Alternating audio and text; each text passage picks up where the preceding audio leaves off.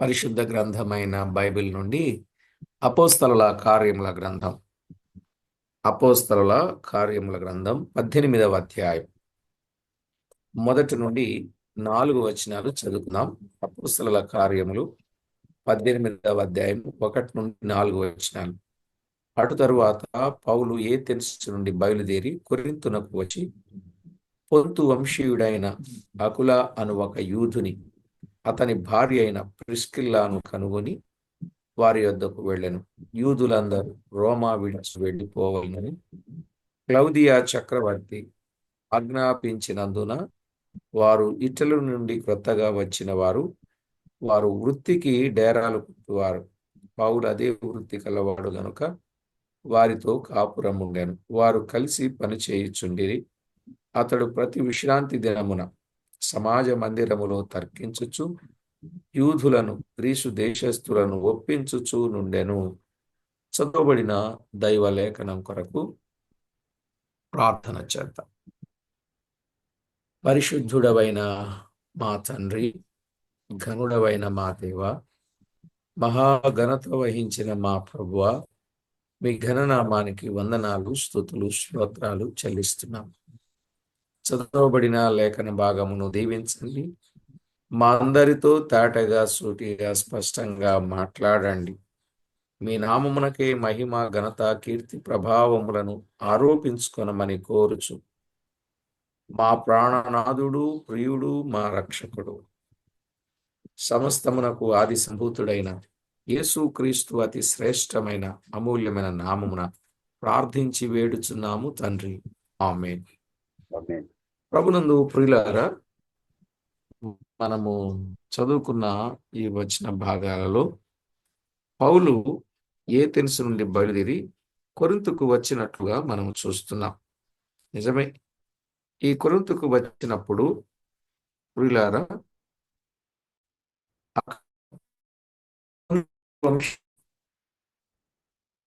వంశీయుడైన అకుల ప్రిస్కిల్లాలు ఉన్నట్లుగా మనము చూస్తున్నాం. వారు యూదులందరూ రోమా విడిచి వెళ్ళిపోవాలని క్లౌదియా చక్రవర్తి ఆజ్ఞాపించినందున వారు ఇటలీ నుండి క్రొత్తగా వచ్చిన వారు ఇస్తున్నారు. ప్రియులారా, వారి వృత్తి డేరాలు కుట్టుట అనేది మనకు అర్థమైంది. వారు ఎలాగున ప్రభు కొరకు నిలిచారో ఆ సంగతులు మనకు అర్థమైంది. పౌలు అదే వృత్తికి చెందినవాడు గనుక వారు కలిసి పని చేయుచుండిరి. వారు కలవడానికి కారణం వారి మనస్సులే. మనసులు కలిస్తేనే పని ఏదైనా మనము చేయవచ్చు. మనసులు కలవాలి అనంటే ఏముండాలి? దీన మనసు అనేది ఉండాలి, అంతే కదా? ఎదుట వారితో మనకి మనసు కలవాలి అనంటే మనకు దీన మనసు ఉండాలి.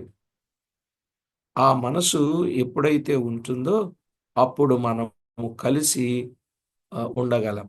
కానీ ఈ రోజుల్లో ఎలా ఉన్నారంటే ఎవరికి వాళ్ళే బుద్ధిమంతులు, ఎవరికి వాళ్ళే నీతిమంతులు, ఎవరికి వారే పరిశుద్ధులు అని అనుకోవడం మూలన మనసులు కలవడంలా.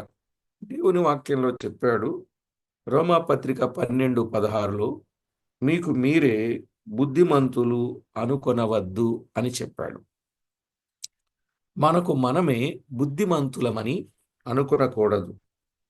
ఫిలిప్పీలకు రాసిన పత్రికలో 2వ అధ్యాయం 2-3 వచనాలు కూడా మనము జ్ఞాపకం చేసుకోవచ్చు. కనుక బుద్ధిమంతులని మనం అనుకొనడానికి వీల్లేదు. సామెతల గ్రంథంలో 3వ అధ్యాయం 7వ వచనం కూడా మనం చూడవచ్చు. కనుక ఎవరైతే దేవునికి లోబడతారో, ఆయన అధికారమునకు ఒప్పుకుంటారో వారు తప్పనిసరిగా మనసులు కలిసి ఉండడానికి అవకాశం ఉంది. చూడండి, 4వ వచనంలో అతడు ప్రతి విశ్రాంతి దినమున సమాజ మందిరములో తర్కించుచు యూదులను గ్రీసు దేశస్థులను ఒప్పించుచూ ఉండెను అని మనం చూస్తున్నాం. ఒప్పించుచూ ఉన్నాడు. ఏమని ఒప్పిస్తున్నాడు? యేసే క్రీస్తుని ఒప్పిస్తూ ఉన్నట్లు మనము గుర్తిస్తాం. 17వ అధ్యాయం 2వ వచనంలో ఉన్న మాట. 17వ అధ్యాయం అప్పొస్తలుల కార్యాలు 17:2. కనుక పౌలు తన వాడుక చొప్పున సమాజం వద్దకు వెళ్ళి,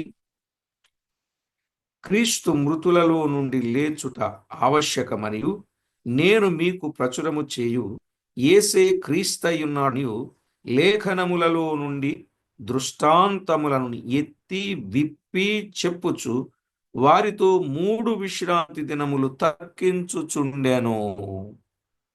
ఎంత బాగున్నదో చూడండి. 3 విశ్రాంతి దినములు వారితో తర్కించుచుండెను అనే మాట చూస్తున్నా. ప్రియులారా, సమాజ మందిరములో యూదులతో పాటు అన్యులు కూడా కూడుకునేవారు కాబోలు. పాత నిబంధన గ్రీకు భాషలో తర్జుమా చేయబడింది కనుక గ్రీకు భాషలోని పాత నిబంధన లేఖనాలు ప్రకటించుచుండగా అన్యులు కూడా వచ్చి ఉండేవారు. అలాగూ యూదా మతాన్ని అవలంబించేవారు ఆనాడు, ఆ దినాల్లో. అలాగూ పౌలు యూదులతో అన్యులతో మాట్లాడి ఒప్పించే అవకాశాలు ఆయనకి దొరికాయి.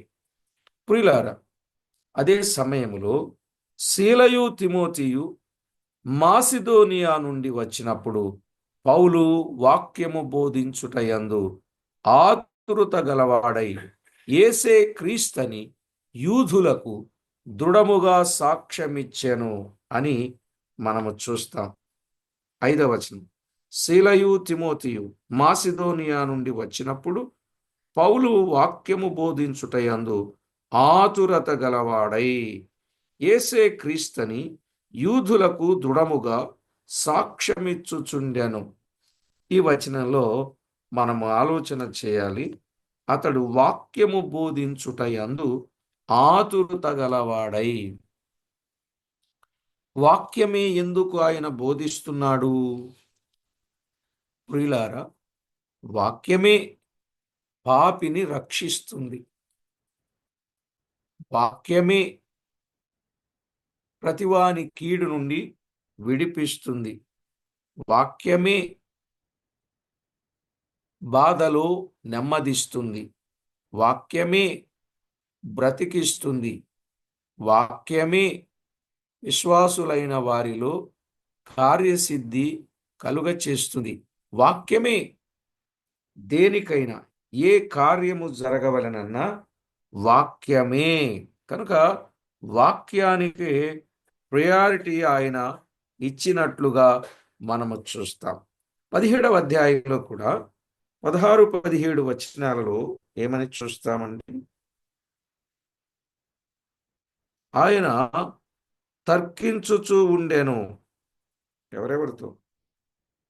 పౌలు ఏథెన్సు వారి కొరకు కనిపెట్టుకొని ఉండగా ఆ పట్టణం విగ్రహములతో నిండి ఉండినందున అతని ఆత్మ పరితాపము పట్టలేకపోయాను. కాబట్టి సమాజ మందిరము యూదులతోనూ భక్తిపరులైన వారితోనూ ప్రతిదినము సంత వీధిలో తను కలుసుకుని వారితోనూ తర్కించుచూ ఉండెను అని మనం చూస్తున్నాం. నిజమే, దైవజనుడు ఎంతో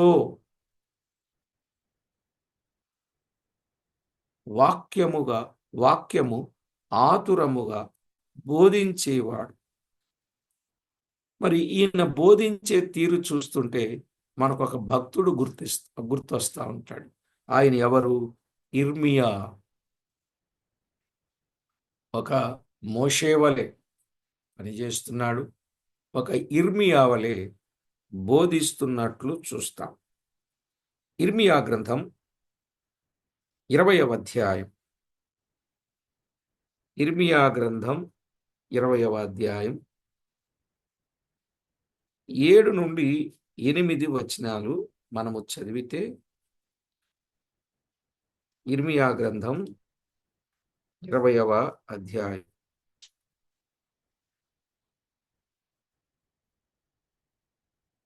7, 8, 9 వచనం. యెహోవా, నీవు నన్ను ప్రేరేపింపగా నీ ప్రేరేపణకు లోబడితిని. నీవు బలవంతము చేసి నన్ను గెలిచితివి. నేను దినమెల్లా నవ్వుల పాలైతిని. అందరూ నన్ను ఎగతాళి చేయుదురు. ఏలయనగా నేను పలుకున్నప్పుడెల్లా బలాత్కారము జరుగుచున్నది, దోపుడు సొమ్ము జరుగుచున్నదని ఎలుగెత్తి చాటింపవలసి వచ్చెను. దినమెల్లా యెహోవా మాట నాకు అవమానమునకును అపహాస్యమునకును హేతువాయను. ఆయన పేరు నేనెత్తను, ఆయన నామమును బట్టి ప్రకటింపను అని నేననుకొంటినా అది నా హృదయములో అగ్నివలే మండుచు నా ఎముకలలోనే మూయబడినట్లున్నది. నేను ఓర్చి విసిగి ఉన్నాను, చెప్పక మానలేదు. బా, ఏమి ఆతృత కలిగిన వాడుగా ఉన్నాడో చూడండి. నవ్వుల పాలైనా సరే, ఎగతాళి చేస్తూ ఉన్నప్పటికీ కూడా, బలాత్కారము జరుగుచున్నప్పటికీ కూడా, దినమెల్లా యెహోవా మాట నాకు అవమానమునకును అపహాస్యమునకును హేతువయ్యింది. ఆయన ప్రకటిస్తూ ఉన్నప్పుడు, ఆయన మాటను చెబుతూ ఉంటే ఏం చేస్తున్నారు ప్రజలు? అవమానిస్తున్నారట, అపహాస్యము చేస్తున్నారట. అయినా సరే అది నా హృదయములో అగ్నివలే మండుచు. అసలు ఈ మాట ఎంత ఇంపార్టెంట్ అండి. ఇన్ని పరిస్థితులు ఎదురైనా కూడా ఏం చేస్తున్నాడు ఆయన? అవమానాలు ఎదురైనా కదా, ఇబ్బంది ఎదురైనా అది నా హృదయములో అగ్నివలే మండుచు నా ఎముకలలోనికి మూయబడి ఉన్నట్లున్నది. ఆయన హృదయములో వాక్యం అగ్నిలా మండుతుందంటండి. అందువల్ల ఆయన ఆతురత గలవాడై బోధిస్తూ ఉన్నాడు. జాగ్రత్తగా మీరు గమనించాలి. ఇలాంటి ఒక గొప్ప భక్తుని అనుభవాన్ని మనము చూడవచ్చు. నిజమే ప్రియులారా, ఇలాగున వాక్యం హృదయములో ఎంతమందికి మండుచూ ఉంది? అమ్మాయి మార్గంలో కూడా ఇద్దరు వ్యక్తులు నడిచి వెళ్తూ ఉంటే యేసు ప్రభు గురించి వాళ్ళు మాట్లాడుకుంటా ఉంటే, యేసు ప్రభు కలిసి మాట్లాడినప్పుడు ప్రియులారా, వారి హృదయం వారిలో మండింది అన్నాడు. వారి హృదయం వారిలో మండింది అన్నాడు. అలాగే ఆయన వాక్యము ధ్యానించుచుండగా నా హృదయములో మంట బుట్టెను అనే మాటలు చూస్తాం.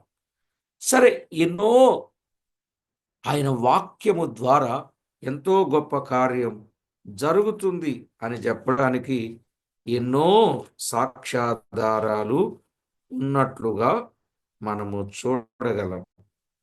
అలాగే ప్రియులారా,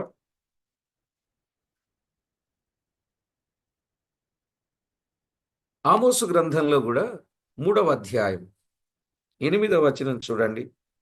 ప్రభు అయిన యెహోవా ఆజ్ఞ ఇచ్చి ఉన్నాడు, ప్రవచింపకుండు వాడెవడు అన్నాడు. ఆయన ఆజ్ఞ ఇచ్చుచున్నాడు, ప్రవచింపకుండు వాడు ఎవడు? అసలు ఆయన ఆజ్ఞ ఇస్తే ప్రవచింపకుండా ఉండేవాడు ఎవడండి? ఆయన ఆజ్ఞ జారీ కాగానే ప్రవచిస్తూనే ఉన్నారు. ఎందుకని? వాక్యము ద్వారా మేలున్నది, వాక్యము ద్వారా ప్రయోజనమున్నది. కనుక పౌలు ఒక ఇర్మియా వలె, ఒక ఆమోసు వలె ఆయన బోధించినట్లుగా మనము చూడగలం. కొరింథీయులకు రాసిన మొదటి పత్రిక 9వ అధ్యాయం 16వ వచనంలో మనము ఎరుగుదాం. ఏమనంటాడు? కొరింథీయులకు రాసిన మొదటి పత్రిక 9వ అధ్యాయం 16వ వచన భాగంలో, నేను సువార్తను ప్రకటించుచున్నాను, నాకు అతిశయ కారణము లేదు. సువార్తను ప్రకటింపవలసిన భారం నా మీద మోపబడి ఉన్నది. సువార్తను ప్రకటింపవలసిన భారం నా మీద మోపబడి ఉన్నది అని చెప్పి, అయ్యో, నేను సువార్త ప్రకటింపకపోయిన ఎడల నాకు శ్రమ అని వ్రాయబడి. అయ్యో, సువార్త ప్రకటింపకపోతే నాకు శ్రమ అని చెప్తా ఉన్నాడు.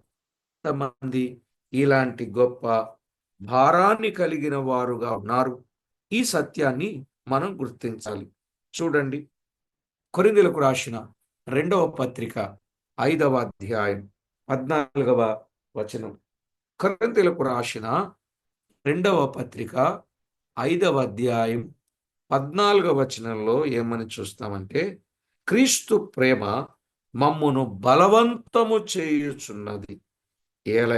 ఎలాగనగా అందరి కొరకు ఒకడు మృతి పొందెను గనుక అందరూ మృతి పొందుదురనియు, జీవించు వారిక మీదట తమ కొరకు కాక తమ నిమిత్తము మృతి పొంది తిరిగి లేచిన వాని కొరకే జీవించాలి అనే విషయాన్ని ఆ భాగంలో మనము చూస్తున్నాం. కాబట్టి ప్రభునందు ప్రియులారా, ఆనాడు దేవుని పిల్లలలో ఉన్న ఆతురత, విశేషంగా పౌలులో ఉన్న ఆతురత, పౌలులో ఉన్న ఆసక్తి, పౌలు హృదయములో మండుచున్న మంట, ఓ ప్రక్క అవమానాలు, ఓ ప్రక్కన నిందలు, ఒక ప్రక్కన ఇబ్బందులు, ఒక ప్రక్కన కపట సహోదరుల వలన ఇబ్బందులు. అబ్బా, ఎన్ని పరిస్థితులు ఎదురైనా దేవుని వైపే చూస్తూ ప్రభు చెప్పమన్న సంగతులను చెబుతూ ముందుకు సాగిన వైనం మనకి కనబడుతా ఉంది. నిజమే ప్రియులారా, సీలా, తిమోతి మాసిదోనియా నుండి వచ్చి పౌలుతో కలుసుకున్నప్పుడు వారు కలిసి ఎలాగున పని చేస్తున్నారో, సాక్ష్యం ఇస్తున్నారో చూస్తున్నాం. వారిచ్చే సాక్ష్యం యేసే క్రీస్తని సాక్ష్యమిచ్చుచుండెను. అంటే క్రీస్తంటే మెస్సయా. క్రీస్తంటే ఎవరు? మెస్సియా. యోహాను సువార్త 4వ అధ్యాయం 25వ వచనంలో, యోహాను రాసిన సువార్త 4వ అధ్యాయం 25వ వచనంలో వ్రాయబడిన మాట, క్రీస్తు అంటే మెస్సయా అని ప్రకటన చేస్తూ ఉన్నట్లుగా మనము చూస్తున్నాం.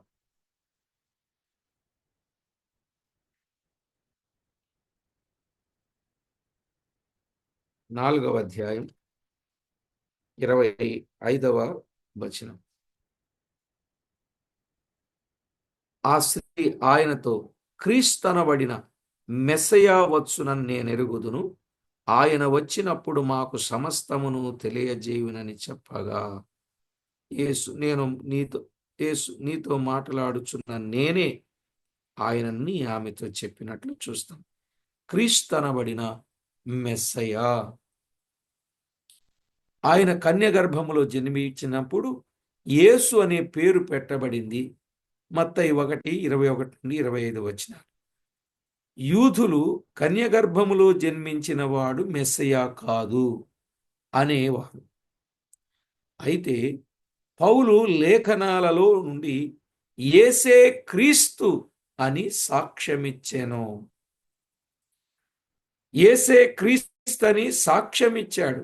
అపోస్తల కార్యాలు 17వ అధ్యాయం 2వ వచనం, 3వ వచనం, అలాగే 9వ అధ్యాయం 22వ వచనం. అపోస్తలులు అలాగే సాక్ష్యమిచ్చిరి. 5వ అధ్యాయం 42వ వచనములో వారు ఏమని సాక్ష్యం ఇచ్చారండి? యేసే క్రీస్తు అని వారు సాక్ష్యమిచ్చారు. పౌలు ఏమని సాక్ష్యం ఇచ్చాడు? యేసే క్రీస్తు అని 17వ అధ్యాయం 2వ వచనంలో మనము చూచాం కదా. యేసే క్రీస్తయున్నాడని లేఖనములలో నుండి దృష్టాంతములను ఎత్తి విప్పి చెప్పాడు. యేసే క్రీస్తు అని. అలాగునని అపోస్తలులు కూడా ఏమని సాక్ష్యం ఇచ్చారు?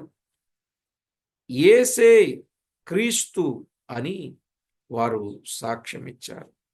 అపోస్తల కార్యాల గ్రంథం 9వ అధ్యాయం 22వ వచనం. 9:22. అయితే పౌలు మరెక్కువగా బలపడి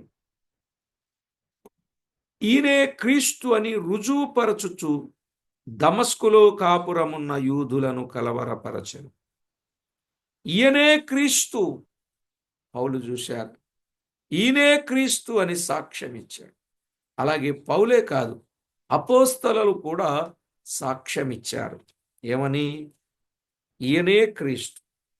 అపోస్తల కార్యాలు 5వ అధ్యాయం 42వ వచనం. 42. ప్రతిదినము దేవాలయములోను ఇంటింటను మానక బోధించుచు యేసే క్రీస్తని ప్రకటించుచుండిరి. యేసే క్రీస్తని ప్రకటించుచుండిరి. చూచారా? మెస్సయ అనబడిన క్రీస్తు ఈయనే అని, యేసే క్రీస్తు అని ప్రకటిస్తూ ఉన్నాడు పౌలు. యేసే క్రీస్తని ప్రకటిస్తున్నారు అపోస్తలులు. అలాగే అపోల్లో కూడా సాక్ష్యమిచ్చాడు. ఏమని? యేసే క్రీస్తు అని. అపోస్తల కార్యాలు 17వ అధ్యాయం 28వ వచనం. 18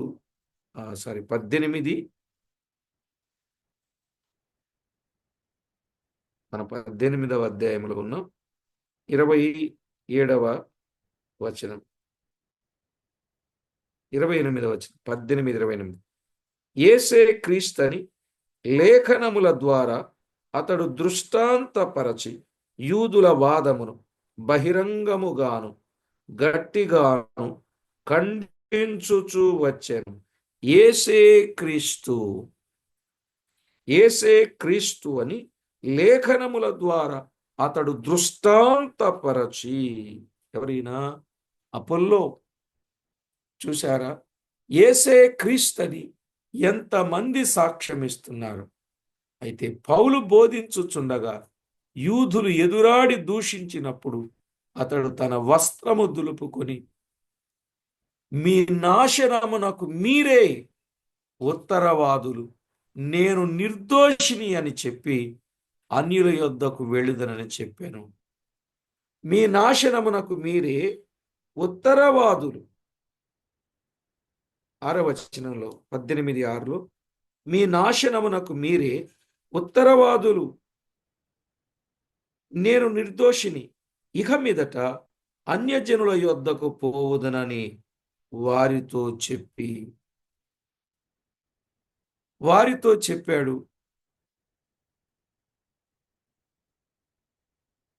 పౌలు తన బాధ్యత తనకు బాగా తెలుసు. దేవుడు ఎందుకు పిలుచుకున్నాడో, ఏ స్థితిలో ఉన్నాడో ఆయనకు అర్థమైంది. ఏ ప్రభు అయితే తనకు పని అప్పగించాడు, ఆ పని పట్ల తన వైఖరి ఎలాగున్నదో మనకు అర్థమవుతుంది. ఎంత బడ్డెనుతో ఉన్నాడు, ఎంత ఆతురత కలిగిన వాడుగా ఉన్నాడు, ఎంత ఆసక్తి కలిగిన వాడుగా ఉన్నాడు, ఎలాగున ప్రభు కొరకు తీవ్రత కలిగిన వాడుగా ఉన్నాడో మనకి బాగా అర్థమవుతుంది. నిజమే, పౌలు తన బాధ్యత తనకు బాగా తెలుసు. అలాగునని బైబిల్ గ్రంథంలో బాధ్యతతో ప్రకటించిన వ్యక్తి ఇంకొక ఆయన ఉన్నాడు. యెహెజ్కేలు గ్రంథం 3వ అధ్యాయం. యెహెజ్కేలు గ్రంథం 3వ అధ్యాయంలో 18, 19 వచనాలు చదివితే, 18, 19 వచనాలు. ఆవశ్యముగా నీవు మరణమవుదువు, మరణమవుదు అని నేను దుర్మార్గుని గురించి ఆజ్ఞయగా నీవు అతని హెచ్చరిక చేయకు. అతడు జీవించున్నట్లు తన దుర్మార్గతను విడిచిపెట్టవలనని వారిని హెచ్చరిక చేయకయు నుండి నెడల ఆ దుర్మార్గుడు తాను చేసిన దోషమును బట్టి మరణమవును గాని అతని రక్తమునకు నిన్ను ఉత్తరవాదిగా ఎంచుదును. అయితే నీవు ఆ దుర్మార్గుని హెచ్చరిక చేయగా అతడు తన దుర్మార్గత నుండి దుష్క్రియల నుండి మరలని ఎడల అతడు తన దోషమును బట్టి మరణమవును గాని నీవు ఆత్మను తప్పించుకొందువు అన్నాడు. అర్థమైందండి? బోధించే బాధ్యత, ప్రకటించే బాధ్యత, పనిచేసే బాధ్యత కలిగి ఉండాలి. ఎందుకని? చాలా వివరంగా చెప్పాడు కదా. ఒకవేళ నువ్వు అలాగూ చెప్పకపోతే నువ్వు మరణమవుతావు. చెప్పాల్సిన అవకాశం ఉంది, చెప్పడానికి వీలున్నది, చెప్పే బాధ్యత ఉన్నది. నీవు చెప్పాలి. చెప్పినప్పుడు అతడు దుష్టత్వము నుండి మళ్ళుకుంటాడు, పాపము నుండి తప్పించుకుంటాడు. ఒకవేళ అలాగూ చెప్పకపోతే ఆ మనిషి విషయములో నీవు ఉత్తరవాదివి. ఒకవేళ చెప్పినా అతడు మార్పు చెందకపోతే అతని దోషమునకు శిక్ష పడుతుంది. ఎంత వివరంగా చెప్పాడండి. మరి ఇంతటి బాధ్యత మనలో ఎంతమందికి ఉంది? ఎంతమందికి ఉందండి? ఎంత బాధ్యత కలిగిన వారంగా మనం ఉండాలి? పౌలు తన బాధ్యత తనకు బాగా తెలుసు. అయ్యో, స్వార్థ ప్రకటించకపోతే నాకు శ్రమ అని మాట్లాడాడు. స్వార్థ ప్రకటించకపోతే నాకు శ్రమ అన్నాడే. ఈరోజు మీరు ఎవరు అనుకోరేమండి అట్లా? స్వార్థ ప్రకటించకపోతే నాకు శ్రమ అని ఎందుకు అనుకోరు మీరు? అలా అనుకోవటం లేదు అనంటే దాని అర్థం ఏంటో తెలుసా? అసలు స్వార్థ ద్వారా నీవు రక్షించబడ్డావా అనే డౌట్ వస్తుంది. రక్షించబడిన ప్రతి వ్యక్తికి ఎంతో భారం ఏర్పడుతుంది. ఆ భారాన్ని బట్టి అతడు దేవుని పని చేయడానికి ముందుకొస్తాడు. ఆ విధమైనటువంటి పరిస్థితులు కలిగిన వారుగా బాధ్యత ప్రకారం ప్రకటించేవాడు ప్రకటించినప్పుడు వారు వినకపోతే వారు నేరస్తులు, నేను నిర్దోషిని అంటున్నారు. ప్రకటించేవారు ప్రకటిస్తూ ఉండగా వినకపోతే వారు నేరస్తులు, నేనైతే నిర్దోషిని అంటున్నాడు. అంతే కదా మరి. ప్రకటించినప్పుడు వారు విశ్వసించకపోతే మనము నిర్దోషులమే. అయితే ప్రకటన చేయకపోతే మనది తప్పు. జాగ్రత్తగా గమనించాలి.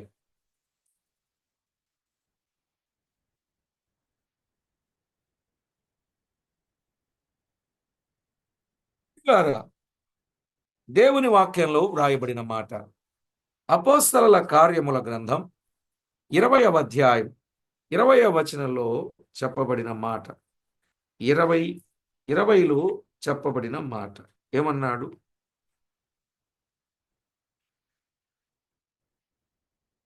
26 చదువు. సారీ, 20వ అధ్యాయం 26వ వచనం. కాబట్టి మీలో ఎవరి నాశనము విషయమైనను నేను దోషిని కానని నేడు మిమ్మును సాక్ష్యము పెట్టుచున్నాను. ఈ మాట జాగ్రత్తగా మీరు తీసుకోండి. ఏమన్నాడు? మీలో ఎవరి నాశనము విషయమైనను. ఫుట్నోట్లో ఏమనుందో చూడండి. 2, అందరి రక్తము విషయమై నేను నిర్దోషిని. మీలో ఎవరి నాశనము విషయమైనను నేను దోషిని కాను అని నేడు మిమ్మును సాక్ష్యము పెట్టుచున్నాను. ఎందుకంటే ఆయన ఎంతో బాధ్యతతో దేవుని పని చేసిన వాడుగా చూస్తున్నాం. దేవుని పని చేశాడు కాబట్టి, తన బాధ్యతను తాను నెరవేర్చాడు కాబట్టి, ప్రియులారా, మీలో ఎవరి నాశన విషయమై నేను దోషిని కాను. నేను చేయాల్సిన పని నేను చేస్తూనే ఉన్నా. రక్షించబడకపోతే మీది తప్పు, నమ్ముకొనకపోతే మీది తప్పు.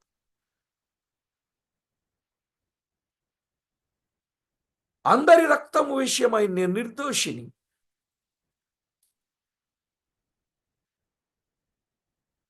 ప్రియులారా, వారు వినినా వినకపోయినా, నమ్మినా నమ్మకపోయినా, మనము చేయవలసిన పని మనము చేస్తూనే ఉండాలి.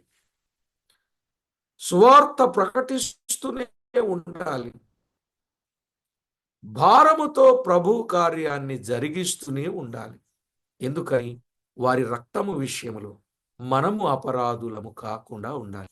ఇక వారు మనము బాధ్యతతో చెప్పినా వారు వినకపోతే వారిదే తప్పు అవుతుంది, కానీ మనది తప్పు కాదు. అందుకే అవమానమైన, హేళనైన, ఇబ్బంది అయినా, వారు తిట్టినా, కొట్టినా, ఉమ్మినా మనము వీధిలోనికి వెళ్ళి సువార్త ఎందుకు ప్రకటించాలో అర్థమైందా? అర్థమైందా అండి? లేదా? మనం ఏం చేస్తామంటే ఏవో సొంత పనులు పెట్టుకొని దేవుని పని అని చెప్పి తిరుగుతూ ఉంటాం, కానీ సొంత పనుల మీద ఉన్నంత శ్రద్ధ దేవుని పని మీద ఉండదు. సంపాదన మీద ఉన్న శ్రద్ధ ఆత్మల సంపాదన మీద ఉండదు. ఆస్తుల సంపాదనే ధ్యేయంగా చూసే ఈ దినాలలో ఆత్మల సంపాదనే ధ్యేయంగా ప్రతి ఒక్కరూ లేచి ప్రభువుకెంతో మహిమకరంగా మార్చబడిన వారై ఆయన నామానికి మహిమను ఆపాదించేవారుగా సిద్ధపడి ఉండాలని ప్రభు అయిన దేవుని పేరట ప్రేమతో మీకు మనవి చేస్తున్నాం. మరి నేడు మనం ఎలాగూ ఉన్నాం, ఆ విషయాన్ని మనం అర్థం చేసుకోవాలి. నేడు మనం ఎలాగున్నామో మన ప్రాంతంలో ఉన్న ప్రజలకు సువార్త ప్రకటించవలసిన బాధ్యత మన మీదే ఉన్నది కదా. ప్రకటింపకపోతే మనము దోషులమే. ప్రకటింపకపోతే మనము దోషులమే. సువార్త ప్రకటన చేయకపోతే మనము దోషులమే. నిర్దోషులమని మాత్రం మీరు ఎంచుకోవద్దు. ఎవరైనా సువార్త ప్రకటించకపోతే నాకు శ్రమ అని చెప్పాడు. ఇక్కడేమని చెప్తున్నాడంటే, సువార్తను ప్రకటించకపోతే మనము దోషులమే, వారి నాశనమునకు ఉత్తరవాదులమే. వారి నాశనానికి ఉత్తరవాదులం.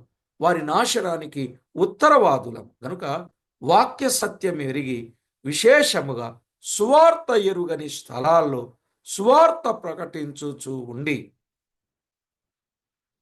దేవుణ్ణి మహిమపరచాలి. బట్టలు దులుపుకోవడం, కాళ్ళ దుమ్ము దులిపివేయడం, ఇలాంటివి అతడు వారి పట్ల తన బాధ్యత తీరిపోయినది అన్నట్లుగా సూచిస్తూ ఉన్నాడు. అర్థమైందండి? బట్టలు దులుపుకున్నాడు కదా, బట్టలు దులుపుకున్నాడు, కాళ్ళ దుమ్ము దులిపివేశాడు అంటే అర్థం ఏంటి? అతడు వారి పట్ల తన బాధ్యత తీరిపోయింది. 13వ అధ్యాయం 51వ వచనంలో, 13వ అధ్యాయం 51వ వచనములో తన బాధ్యత తీరిపోయింది. వీరు తమ పాదధూళిని వారి తట్టు దులిపివేసి ఈ కొనియాకు వచ్చిరి. ఏం దులిపేశారు? పాదధూళి దులిపేశారు. మీరు వినకపోతే అది మీదే తప్పని పాదధూళి దులిపేసి బయలుదేరారు. ప్రియులారా, పాదధూళిని వారు దులిపారు. ఈయన ఇక్కడ ఏం దులిపాడు? తన వస్త్రములను దులిపివేసి. జాగ్రత్తగా వినండి. 18వ అధ్యాయం 6వ వచనం. వారు ఎదురాడి దూషించినప్పుడు అతడు తన వస్త్రములు దులుపుకొని, మీ నాశనమునకు మీరే ఉత్తరవాదులు. అంటే మీ రక్తము మీ తలల మీదనే ఉండును. ఇక మీ నాశనానికి మీరే ఉత్తరవాదు. పాదధూళి దులిపినా, వస్త్రములను దులిపినా నా బాధ్యత తీరిపోయింది. దేవుడు చెప్పమన్నట్లు చెప్పాను. ఇక మీరే ఆలోచన చేసుకోండి అనే విషయాన్ని చెప్పినట్లుగా మనము చూస్తున్నాం. కాబట్టి ప్రభునందు ప్రియులారా, కొన్ని విషయాలు మనం అర్థం చేసుకోవాలి. అలాగే మత్తయి సువార్త 10వ అధ్యాయం 14వ వచనంలో కూడా మనము చూడగలం. మత్తయి సువార్త 10వ అధ్యాయం 14వ వచనములో యేసు ప్రభు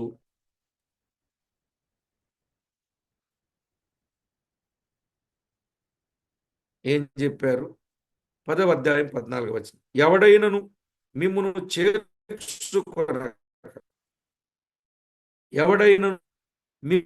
చేర్చుకొనక మీ మాటలు వినకుండిన ఎడల మీరు ఆ ఇంటినైనను ఆ పట్టణమునైనను విడిచిపోవునప్పుడు మీ పాదధూళి దులిపివేయుడి. ఉందా అండి? ఎవడైనను చేర్చుకొనకపోతే ఏం చెప్పారు ఆయన? ఆ ఇంటినైనను ఆ పట్టణమునైనను విడిచిపోవునప్పుడు మీ పాదధూళి దులిపివేయండి. వారి నాశనమునకు వారే ఉత్తరవాదులు. వారి నాశనానికి వారే ఉత్తరవాదులు. మీరు చేయాల్సిన పని మీరు చేయాలి. మీరు చేయకపోతే మీరు ఉత్తరవాదులు అవుతారు. ఎంత తేటగా చెప్పాడో జాగ్రత్తగా వినండి.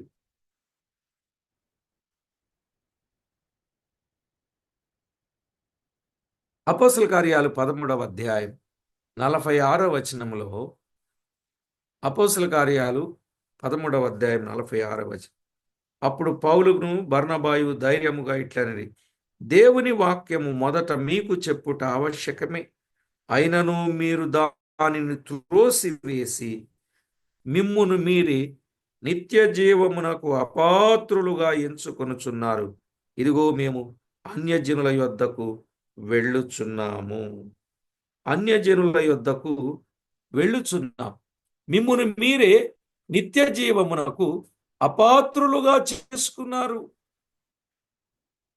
అంటే మీ నాశనమునకు మీరే ఉత్తరవాదులు. ఇప్పుడు వారు బయలుదేరి ఎక్కడికి వచ్చారండి? ఇప్పుడు వారు బయలుదేరి ఎక్కడికి వచ్చారు అనంటే, ప్రియులారా, అక్కడి నుండి వెళ్ళి దేవుని యందు ఆసక్తి భక్తి గల తీతు అను యూస్తు ఒకని ఇంటికి వారు వచ్చినట్లుగా చూస్తున్నాం. ప్రభునందు ప్రియులారా, జీవము గల దేవుని వాక్యములో వ్రాయబడిన వాస్తవిక సత్యాలు మనము గమనించాలి. దేవాది దేవుడు సర్వ మానవాళిని ప్రేమించి అవకాశం ఇచ్చినప్పుడు ఆ అవకాశాన్ని ప్రతి ఒక్కరూ సద్వినియోగం చేసుకోకుండా దుర్వినియోగం చేసుకుంటే నష్టం అనేది ఉంది.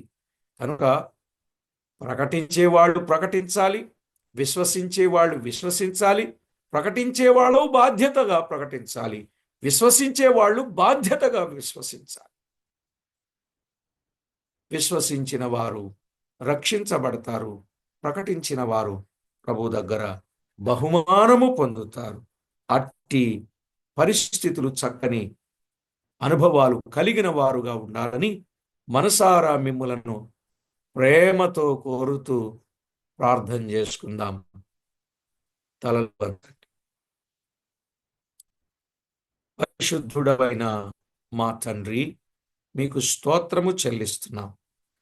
దేవా, ఎవరి నాశనమునకు మేము ఉత్తరవాదులం కాకుండునట్లు మీ ఆత్మ సహాయం మాకు మీరు అందింపచేయమని ప్రార్థిస్తున్నాం. కృపతో జ్ఞాపకం చేసుకోమని వేడుకుంటూ ఉన్నాం. మా ప్రభువా, పౌలు వలి, ఏస్కేలు వలి, ఇర్మియా వలి, ఆమోసు వలి మేము ఎంతో భారము కలిగి మీ పని చేయడానికి మమ్మను సిద్ధపరచమని, తోడై ఉండి కాపాడమని కోరుచు మా ప్రాణనాథుడు, ప్రియుడు, మా రక్షకుడైన యేసుక్రీస్తు అతి శ్రేష్టమైన అమూల్యమైన నామమున స్తోత్రము చెల్లించి ప్రార్థించి వినీలమై వేడుచూ ఉన్నాం మా పరమ తండ్రి. ఆమేన్. ప్రభునందు ప్రియులారా, అర్థమైంది కదండి. మనము మన నాశనానికి మన ఉత్తరవాదం కాకూడదు, ఇతరుల నాశనానికి మన ఉత్తరవాదులం కాకూడదు. జాగ్రత్త పడదాం, ప్రభువుకు మహిమ ఆపాదిద్దాం. అందరికీ వందనాలు తెలియజేస్తూ సమయాన్ని నడిపించే వారికి అప్పగిస్తాం. వందనాలన్నా. చాలా ఆగన్నా అమ్మ, ఒక్క నిమిషం ప్రజారామ్ గారు. దేవుని కృపను బట్టి నిజంగా ఇది నన్ను చాలా చక్కనైనటువంటి వాక్య ధ్యానాన్ని అందించినటువంటి రాజుపాలన్న గారికి ప్రత్యేకమైనటువంటి వందనాలు తెలియజేస్తున్నాం. ప్రియులారా, ఆ ప్రారంభంలో అకుల ప్రిస్కులాలు మనం చూసిన తర్వాత పౌలు గారు, ఇర్మియా, ఆమోసు, అదే రీతిగా అపోల్లో, ఏస్కేలు మొదలగు వారు దేవుని యొక్క సువార్త పనిలో ఉన్నటువంటి ఒక విశేషమైనటువంటి మాటలను మరి మనకి అన్నగారి ద్వారా తెలియపరిచినందుకు దేవునికి వందనాలు చెల్లించు. ముగింపు ప్రార్థన పిల్లరా, మరి హైదరాబాద్ లో ఉన్నటువంటి ఇమానుయేల్ అన్నగారు ప్రార్థన చేస్తారు. దయచేసి అన్నగారి పరిచయం జ్ఞాపకం చేసుకునండి. బహు విశేషంగా మరి సమ్మర్ టైంలో చాలా మేము ఒక్క రోజుకే టైర్డ్ అయిపోతున్నాం. మరి అటువంటిది అన్నగారు మరి ప్రతి దినము కూడా ఎంతో ఓపికతో, శ్రమతో నిజంగా ఆ సువార్త ఈరోజు చెప్తుంటే చాలా అది మాకే అండర్స్టాండింగ్ గా ఉంది. నిజంగా ఆ మాటలు వారికి తెలుసు కాబట్టి సువార్త ప్రకటించుకుంటే శ్రమ అని, రెండవది దోషం అంటే ఉత్తరవాదన సంగతులు వారు బహుగా ఎరిగి ఉన్నారు కాబట్టి ప్రాణాన్ని సైతం లెక్క చేయకుండా ఈ ఎండల్లో మరి ఒక్కరే డ్రైవింగ్ చేసుకుంటూ కూడా మరి అనేక స్థలాలు మరి మన ప్రాంతంలో తిరుగుచూ అన్నగారు చేస్తున్న సేవను జ్ఞాపకం చేసుకుందాం. దేవుడు ఇంకా బహుగరిగా సేవకుని వాడుపడలాగన ఇమానుయేల్ అన్న వీటన్నిటిని బట్టి ప్రార్థన చేస్తారు. ఇప్పుడు చెప్పండి అమ్మా, ఏమైనా ప్రార్థన అవసరాలు ఉంటే తెలియజేయండి, ప్రార్థనలో జ్ఞాపకం చేసుకుందాం.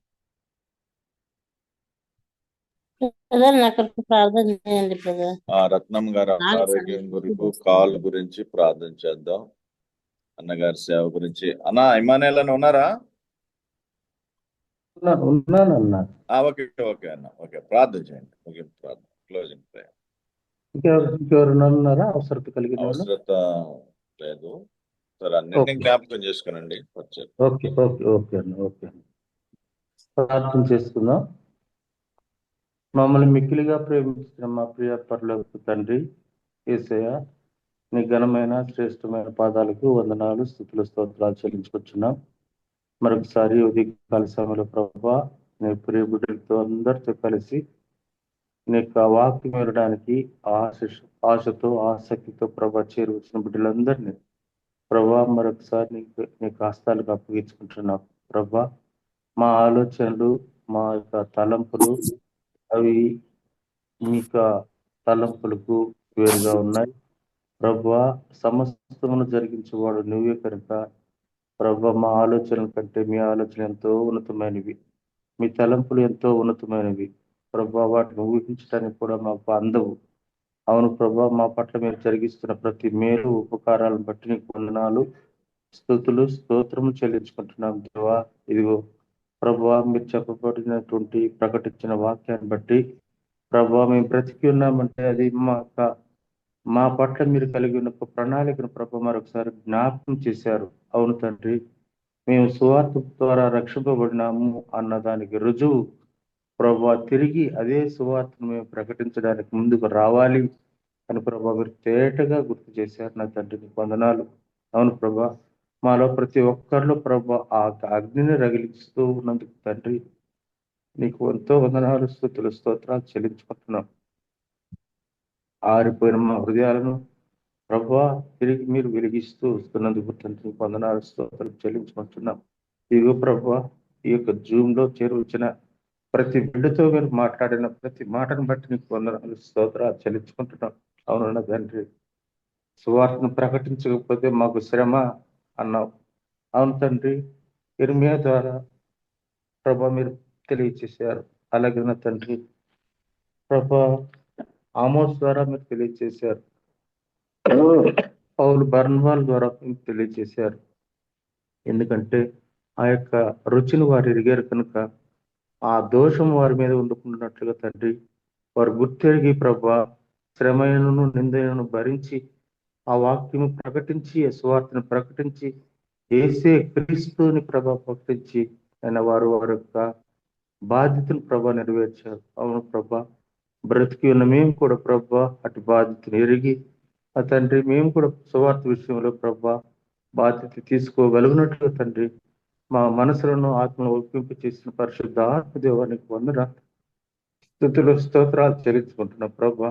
ఇదిగున తండ్రి, అలాగే తండ్రి ఇదిగో అవసరత కలిగి ప్రభా అనారోగ్యంతో బాధతో బాధపడుతున్న ప్రతి బిడ్డను ప్రభా మీ కష్టాలకు అప్పగించుకుంటున్నాం. ముఖ్యంగా తండ్రి రత్నం లాంటి కొరకు ప్రార్థన చేస్తున్నాం.